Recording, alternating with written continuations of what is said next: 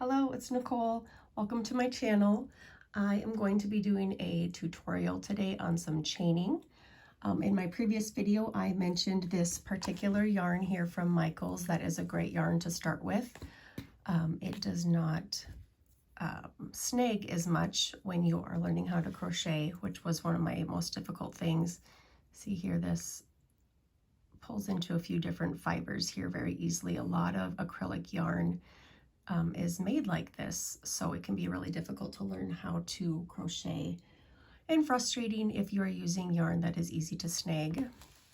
Another good solution to that is a thicker yarn. However, when you move to a thicker yarn, it does make it a lot harder to see the stitches, so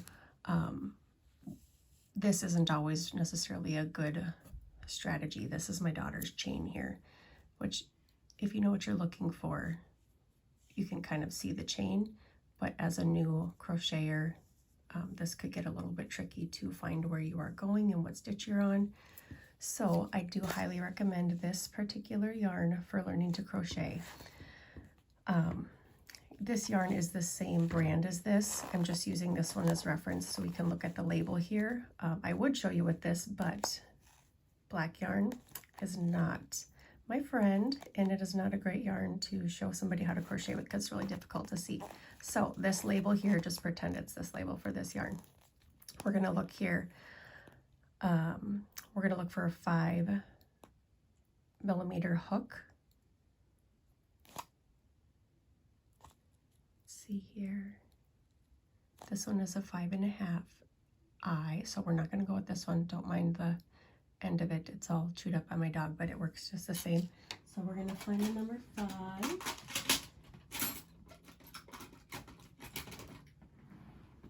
This one I think is a 5. Yep. So we have our 5mm hook for this particular yarn. Some projects you might adjust this a little bit as you get more familiar with crocheting. You might want something that is bigger or smaller, or maybe the pattern calls for something smaller. So just be aware that this is just a guide recommendation. You don't always have to stick with this. So we'll move this aside. This is pretty much the same yarn. Well, it is the same yarn, just a different color. So we're going to start with our chain. Sorry, I'm sick here, so don't mind my voice. Don't always sound this strange. Okay, so we've got our yarn here. We're going to make a loop. Okay, I'm trying to do this as easy as possible for you to see. Okay, and then this is how we put a loop on our hook. So I'll do that one more time. It's just a little slip knot. Put it around.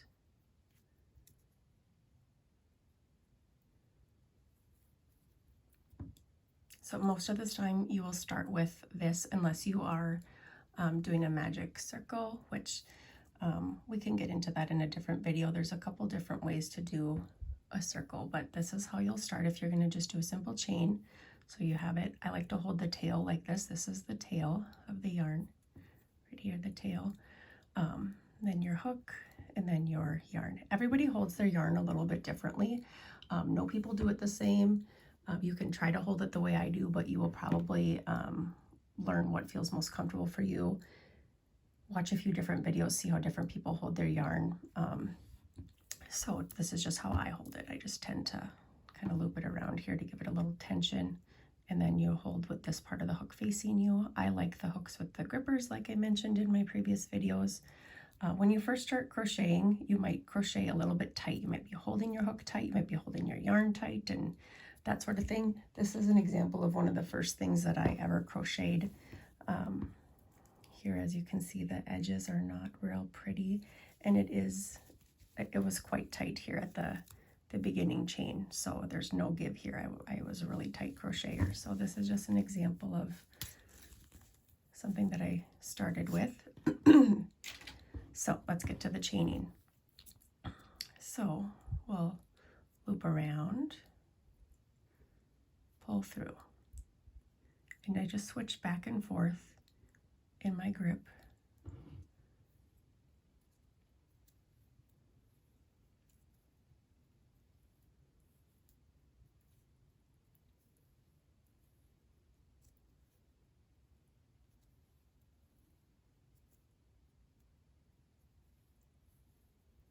So here's the chain. We have a chain of 1, 2, 3, 4, 5, 6, 7. So there's a chain of 7 right here. Let's do a few more. 8, 9, 10, 11, 12, 13, 14, 15. Okay, so we have our 15 chains. So say you're making a project that is going to be 15 stitches wide. That'd be a pretty tiny project, but we'll just use that for a small example here. When you're going back and forth in a project, we'll use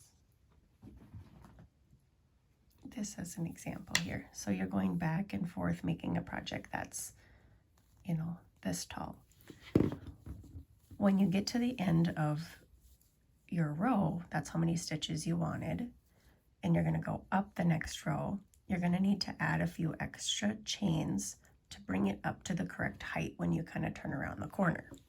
So we'll just start with a single crochet. A single crochet, I usually use 1 chain to get it to that correct height. Half double crochet, which I'll show you that stitch later, I usually use 2, sometimes 1 if I kind of make it loose. Double crochet, 2 to 3, treble crochet, 3 to 4. So if we're going to do a single crochet, and we're just going to go back and forth in this chain here, and I want it to be 15 chains wide, or 15 stitches wide, I'm just going to add 1 extra stitch, or 1 extra chain. Okay, and if you're doing a single crochet, you'll crochet into the second chain from the hook. If it's going to be half double, you could do 1 or 2 depending on how many stitches wide you want it. So what we want 15 stitches wide, and we're going to do a single crochet, so we have 16 chains for 15 stitches. So we're going to put our hook into the second chain from the hook, and then we're going to catch that yarn and we're going to pull it through. This can be one of the trickiest things to figure out how to hold this. I like to pinch right here, loop it around, and then you pull through the 2. So we've made 1 single crochet. Let's do another. We're gonna, so you see your chains here? We're gonna go to the next chain. Okay, so here's the next open loop. Put it in here, catch it, pull it through, pull it around, pull through 2. Now we've made 2 stitches here. 1, 2. We're going to do that again. Put it in, pull through. I like to hold my project there. Pull through 2.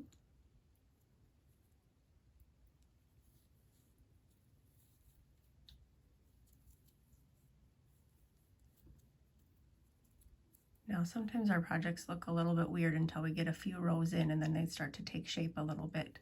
So I'm just gonna quick finish this row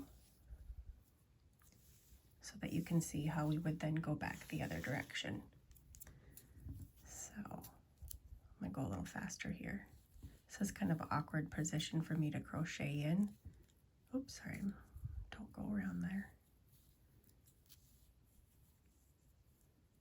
Usually I hold it a little bit closer to my body.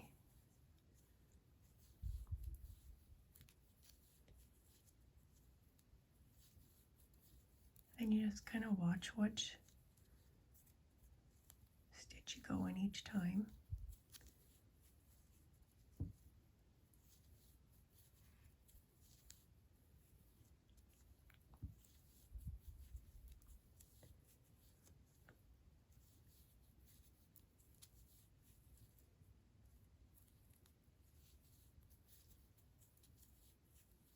And you're just crocheting into the top of the chain.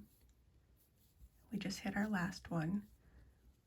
So there's kind of our foundation row right there. Now if we're going to go back up around the next direction, let's double check that we have our stitches. 1, 2, 3, 4, 5, 6, 7, 8, 9, 10, 11, 12, 13, 14, 15. If I was going to make a longer project than this, which most people would, I would actually mark this first stitch right here with a stitch marker so that when I came back to it, I'd be able to find the end of my row easily. You can see it really nicely in this project that we're doing here, but sometimes it's not always that easy, or you might think, you know, is it this one or is it the one before? Which one was my last one? So that is our last stitch of that row. This type of colored yarn can make it a little bit easier to find your stitches when you're turning projects around. Typically, I would like to weave my tails in while I go, but as a beginner, I did not do that. So just leave them for now and we can hide them later. That's maybe a little bit more advanced skill. So just leave it there for now. That's a lot to build on. So we'll just move along. Remember, we're doing a single crochet. So we're going to chain 1 and we're going to turn our project. Now, if you remember, that last stitch we did was kind of peach at the top, right? So it makes it a little bit easier to find our oh, got a tangle. Makes it a little bit easier to find the stitch that we're going to go into. So we've already did our chain 1 to bring it up to the correct height for the next row. We're going to stick it in here. Now, a little bit different from the chain. The chain was just 1 loop. We're going to crochet into the stitch. If you see, this stitch has 2 loops, a front loop and a back loop. Some projects are going to call for crocheting into the front loop only, some back loop only, but we're just going to crochet right into the full stitch, so both loops. Okay, and then we pull that green part through and then around. That's our first stitch. Now, if you wanted to make sure you didn't forget that stitch, which as a new person, I highly recommend marking these. Just throw one of these quick ones on there, okay? And then we're gonna go through both stitches again, okay? Wrap it around, pull through. I'm gonna have to stop here and fix this mess I got. This is what I get for just grabbing a messy ball of yarn out of my drawer.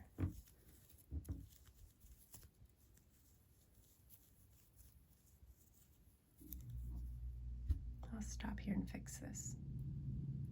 Okay, I'm back. I kind of got my life together a little bit here. Made a little ball for y'all. Okay, where are we at here? I'm gonna pull back out of that stitch where we were. Make it nice. Okay, so I've got that first loop on our hook here. We're going to go and do our second stitch here. If you look at where we are here, there's the top of our project. The next one is this white stitch here, going into both the front loop and the back loop. We pull through, wrap around. Sorry, that squeaky noise is my elbows on this table. I don't really know how else to hold this. Okay, next one, 2 front loop and back loop, pull through, and then I'm just going to finish this row.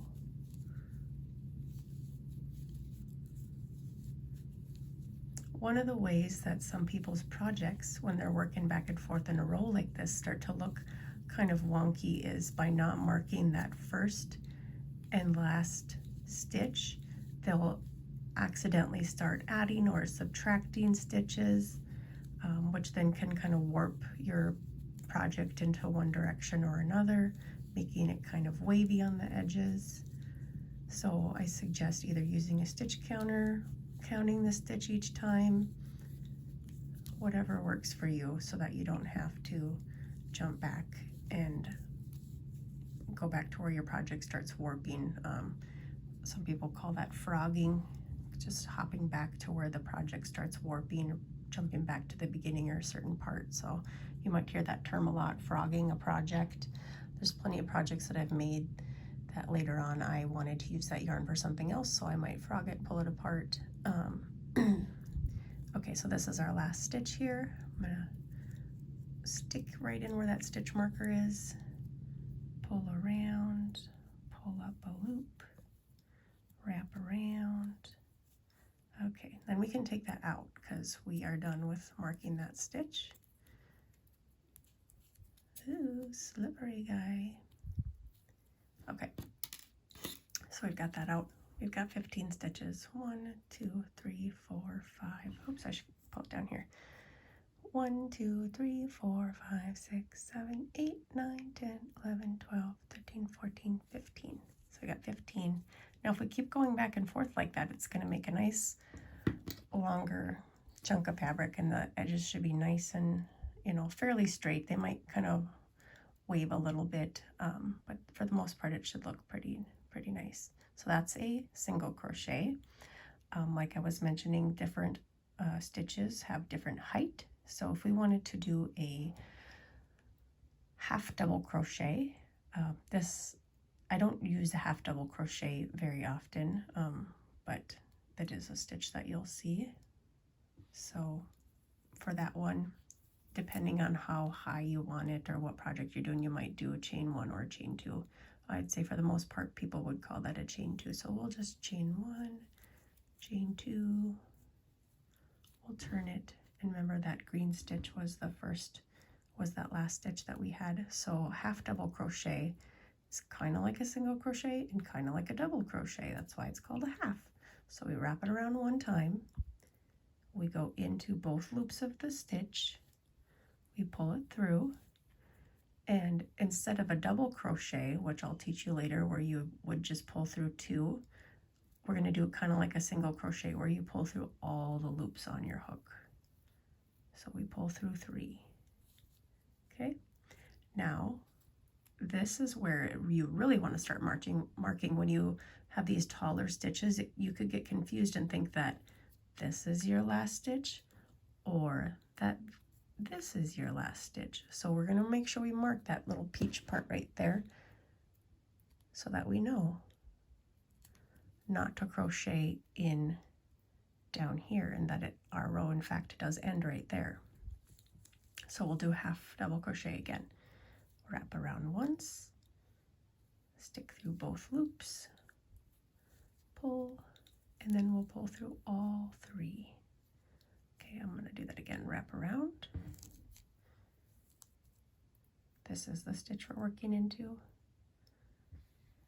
We do the front and the back loop.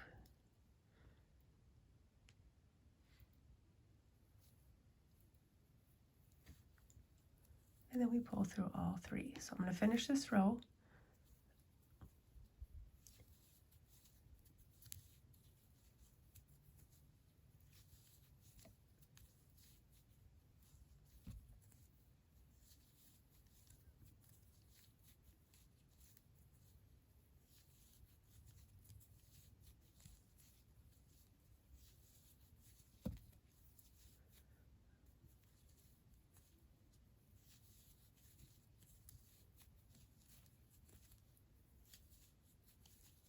Then I'm going to go back and show you a different thing on our chain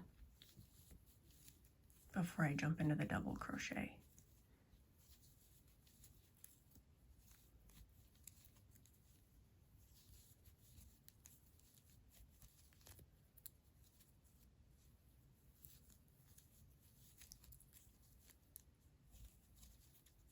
Now here's our last stitch.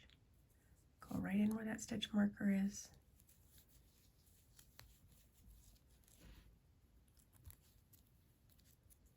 Take that out, we're done with that. We've got this going back and forth. Before I hop back and tell you something different on the chain, so you'll notice that when you go back and forth like this, you're flip-flopping each side. So then no there's no right or wrong side to the project. When you kind of crochet in the round, you can keep things, all the stitches the same. So this is the right side of the stitch right here. This is the wrong side of the stitch. Now if you flip it over and look at that row, it's kind of tucked in there, but that's the right side of the stitch, and this is the wrong side. When it goes back and forth like that, you can't really tell. So this side of the project looks the same as that side of the project. Whenever you hear someone talking about the right or the wrong side. Now, here's a good oh no, that one I think goes back and forth. Try to find a good example here. Here, this is a this is made out of tulle, but it could be a good example. So all these stitches are all facing the same direction. I didn't flip-flop my project. The back of the project is clearly different than the front stitches. I don't know if you can tell on this one. So this would be the wrong side. This would be the right side.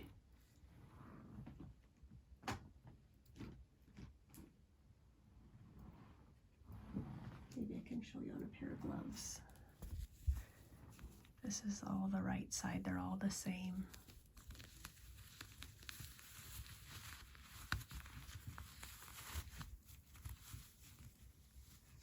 And on these gloves, though it looks all the same, this is the back side of the stitch.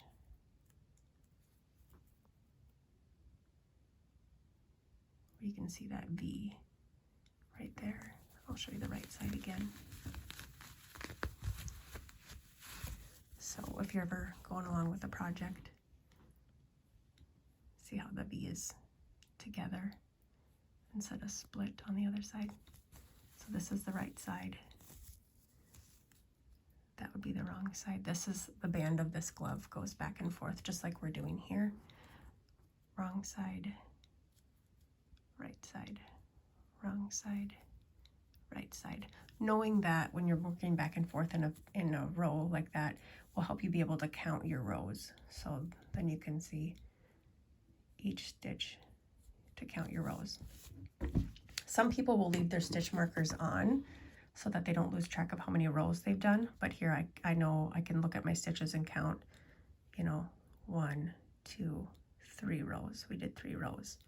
It can be really hard to keep track of how many rows you've done when you're first learning to crochet. So we're going to take this off, we're going to frog back, and I'm going to teach you something else that I like to do when I chain. I've been just working on a little pot holder today, and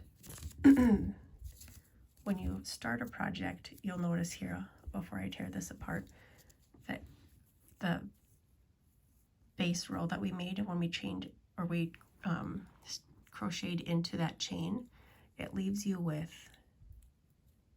this on the edge. And I don't always like this, because then when you finish, the last row looks like this, where you have the front and back loop. Well, you don't have that here. You just have the one loop. So some people do a foundation crochet. I don't like the foundation crochet. I'm not great at it. But there's like a little hack that makes it kind of like a foundation crochet, and I'll show you that. This is a pot holder that I'm working on, and I didn't do a foundation chain. I kind of did this little hack that I'm going to show you, but if you look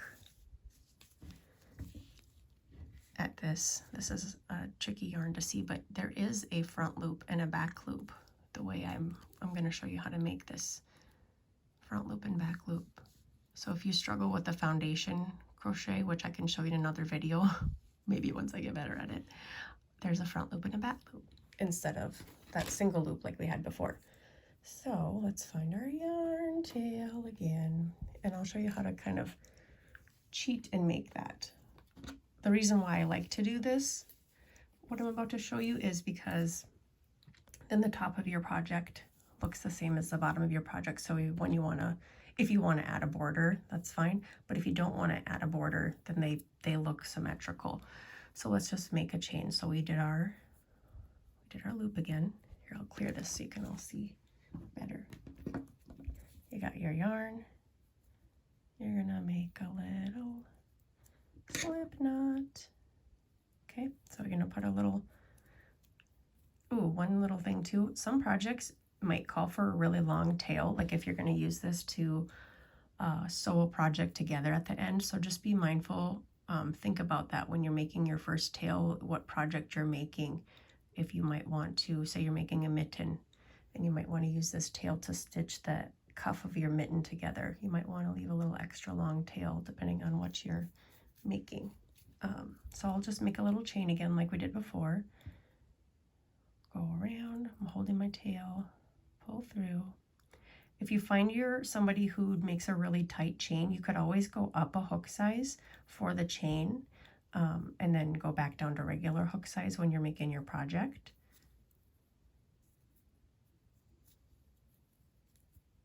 That is a good hack. I'll do 15 again. I wasn't counting, so let's count. 1, 2, 3, 4, 5, 6, 7, 8, 9, 10, 11, 12, 13, 14, 15. And we're going to do single crochet. So if we want 15 stitches of single crochet, we're going to chain 1, because that's going to help. See how it kind of turns the corner and brings up the height. Now, in order to make that front loop and back loop be the bottom of our project, we're going to crochet into the backbone of this stitch. So normally we would crochet, see if I can make it really visible here. Normally we would crochet into this right here, this loop. But if we turn that project a little bit, you'll see like a spine here. Boop, boop, boop, boop, boop. We're going to crochet into these bumps, the back bump or the backbone. You might hear it called a bunch of different things, but by doing that, so we're going to push into there.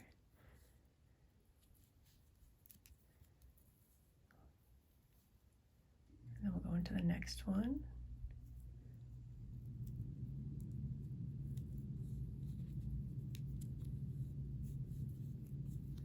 Once I do a couple of these, you'll be able to see what it's done here.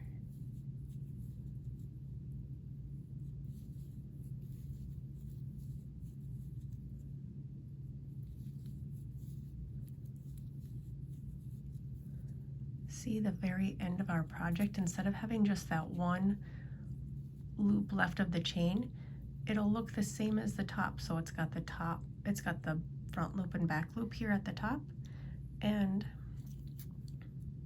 at the bottom it's also got a front loop and back loop. So that's a cheat to make a foundation chain. Doing the foundation chain the correct way in a different video. The nice thing about that is say you make your chain and you're like, oh, this chain's not long enough. By using the foundation chain, you can always add extra stitches. So that is a bonus if you can learn how to do the foundation chain, and then you can make your chain longer. Whereas here, if I get to the end and I'm like, oh, I wish that I would have done like 20 chains or something, I'm kind of stuck and I have to frog it and go back and make it longer, which if you're making a blanket with like a lot of chains, that can be really annoying. Or say you miscount your chains and then you get to the end and you're like, oh shoot, this is only 14 and I needed 15. So learning how to foundation chain is probably something that would be helpful for most people, but I'm not super good at it, so I just don't. Okay, so we'll finish this and then we'll learn how to double crochet. So I'm going to keep going into the backbone of this chain instead of the top loop. Now, like I said before, double crochet, usually use about 3 chains to bring it up to the right height for the next row.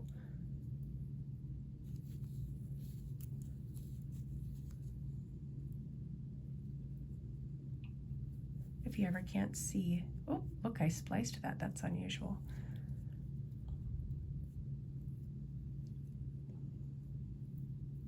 See, this is what I'm talking about here when I say snagging.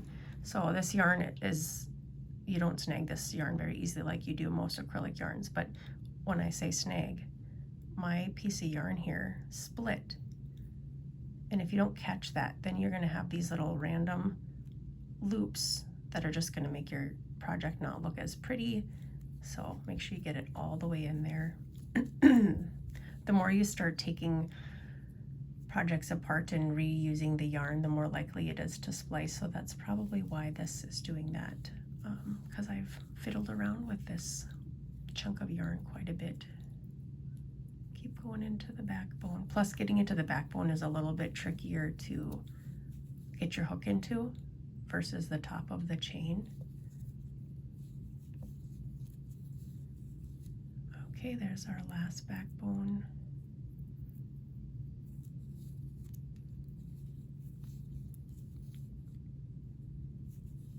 So we check, see how many we have. 1, 2, 3, 4, 5, 6, 7, 8, 9, 10, 11, 12, 13, 14, 15. Okay, so we're gonna do double crochet. So we'll chain 3. 1, 2, 3. Now when you chain 3 to bring it up, you can either let that count as a double crochet and go into the next stitch. Some people like to do that because then your project doesn't maybe wave as much. I don't like necessarily to do that all the time. I kind of like that kind of ripple, but you could have that count as a stitch. For this purposes we won't. We'll just turn it and we'll just say that we're bringing it up to that height. As long as you continue with whatever you choose, it will look nice. If you change midway, that's going to start looking weird. So we're just going to bring it up to that height. We won't count that as a stitch, so we'll still stitch into here. If we were going to count it, then we would move into this one. But we're going to wrap around once, just like the half double crochet. We're going to stick it in the whole stitch, pull through, and instead of the half double crochet where we pull through all 3, we're going to pull through 2, yarn over, pull through 2. So then our stitch that we're going to want to mark is right there. Now the reason why you're going to want to mark that is because, see, this is kind of gappy right here.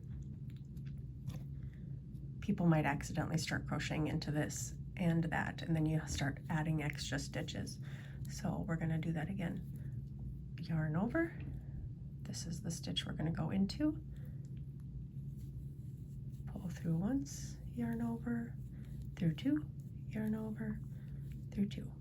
So you can see that this stitch is much taller than the single crochet, which is why you have to add those extra chains to build it up, make it taller.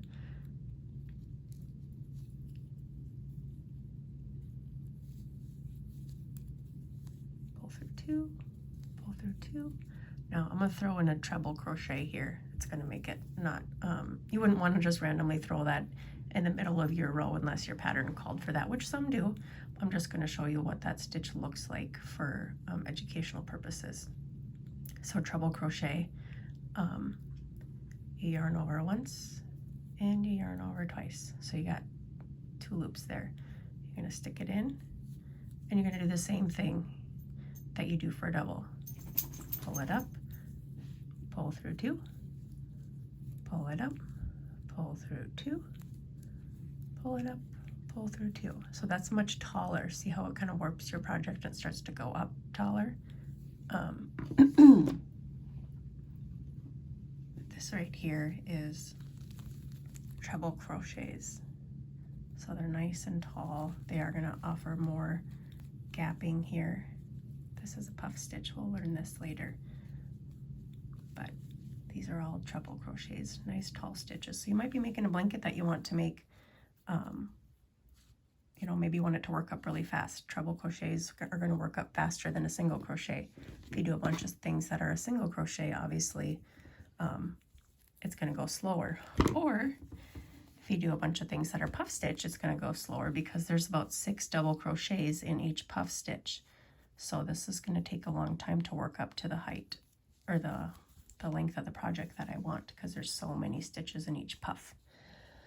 So that's all I have for you guys today, is just keep practicing that chain over and over again, and when you're ready you can start adding some stitches into that chain, just playing around with that. Don't go too far, just do a little bit, pull it apart, and just keep practicing over and over again.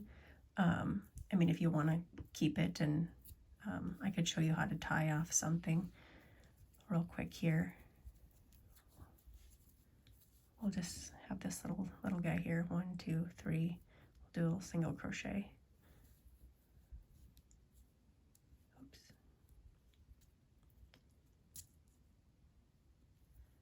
Okay, second chain from the hook. 1, 2, 3. Now if you're going to want to tie off, you would just go around and pull through, and then just cut this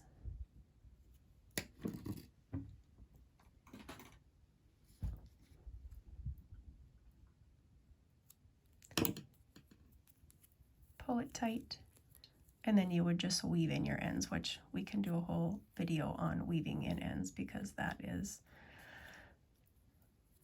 kind of, everyone does things a little bit differently and every project a little bit differently, so I will do a video a different time on weaving in tails. So yeah, that's how you tie off. Thanks for watching, and I will try to make some more content for you guys so you can learn how to crochet. Bye.